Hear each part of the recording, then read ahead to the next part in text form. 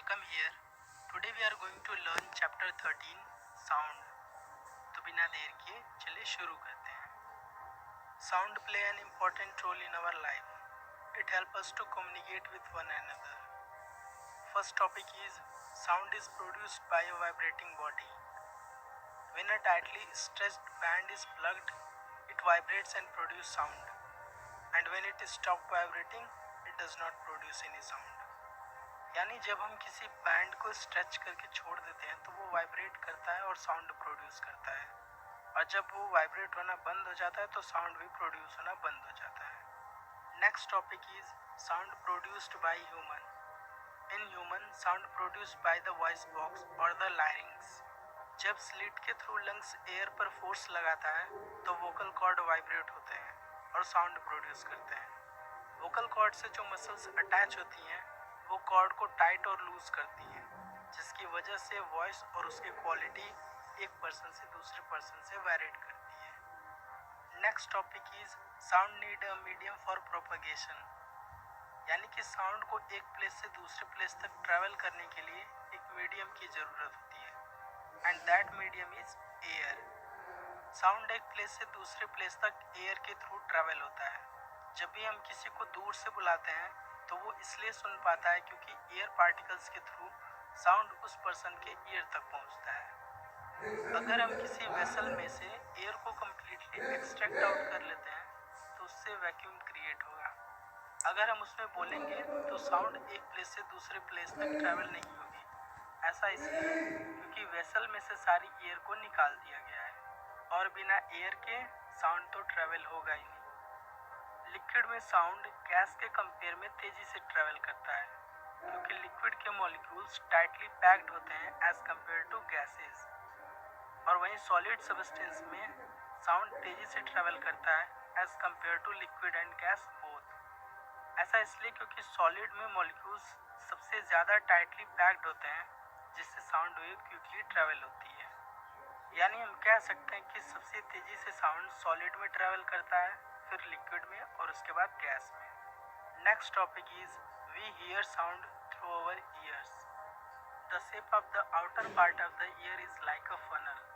When sound enter it, it travel down a canal at the end of which there is a thin stretched membrane. It is called the eardrum. It perform an important function. Eardrum एक rubber seat की तरह होता है. Sound vibrations eardrum को vibrate करते हैं और eardrum vibrations को ईयर के इनर पार्ट में सेंड करते हैं. Amplitude, time period and frequency of a vibration. The number of oscillation per second is called the frequency of oscillation. Frequency is expressed in hertz. A frequency of 1 hertz is 1 oscillation per second. Next point is loudness and pitch. The loudness of the sound is depend on its amplitude. यानी कि जब vibration का amplitude ज़्यादा होगा तो sound loud produce होगा, और जब एम्पलीट्यूड कम होगा तो साउंड फीबल यानी कम लाउडर प्रोड्यूस होगा. Frequency determines the pitch of the sound. यानी कि जब वाइब्रेशन की फ्रीक्वेंसी हायर होती है तो जो साउंड प्रोड्यूस होता है वो हायर पिच का होता है, और जब वाइब्रेशन की फ्रीक्वेंसी कम होती है तो जो साउंड प्रोड्यूस होता है वो लोअर पिच का होता है. बर्ड्स जो साउंड प्रोड्यूस करती हैं उसकी पिच हायर होती है, और लायन जो साउंड प्रोड्यूस करते हैं उसकी पिच लोअर होती है. Next topic is Audible and inaudible sound. Audible sound are those sound which are detected by human ears, and inaudible sound are those sound which cannot be detected by human ear.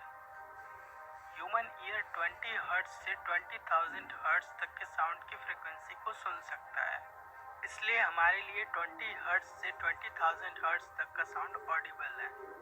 अगर sound 20 Hz से कम और 20,000 Hz से ज़्यादा की frequency का produce होगा तो वो हमारे लिए ऑडिबल नहीं रहेगा. 20 हर्ट्ज से कम फ्रीक्वेंसी वाले साउंड को इंफ्रासोनिक कहते हैं, और 20,000 हर्ट्ज से ज़्यादा फ्रीक्वेंसी वाले साउंड को अल्ट्रासोनिक साउंड कहते हैं. Next topic is noise and music.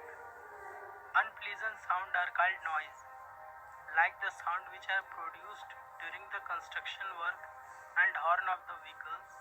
are called unpleasant sound. When all students of the classroom speak together, it is also considered as noise. On the other hand, musical sound is one which pleasing to the ear. Sound produced by harmonium is a musical sound. Next topic is noise pollution. Presence of undesirable and unwanted sound in the environment is called noise pollution. Major cause of noise pollution are sound of vehicles, bursting of crackers and loudspeaker etc. What are the harmful effects of noise pollution? Presence of noise pollution in the surrounding can cause health related problems like lack of sleep, hypertension and many more disorders. It also can cause impairment of hearing, यानी कि temporary या permanently we can lose our hearing capacity. Measures to limit noise pollution, यानी कि noise pollution को कम करने के लिए क्या क्या measures हैं? First is use silencing device in aircraft engine, transport vehicle and industrial machine and home appliances. यानी कि इन सारे डिवाइस में साइलेंसर का यूज़ करना चाहिए ताकि नॉइज़ पोल्यूशन को कंट्रोल किया जा सके. Second is installation of industry should be for away from residential area, यानी कि जो फैक्ट्री और इंडस्ट्री हैं वो घरों से दूर इंस्टॉल करनी चाहिए. Third is use of automobile horn should be minimised, यानी कि व्हीकल्स के हॉर्न का कम से कम यूज़ करना चाहिए. Fourth is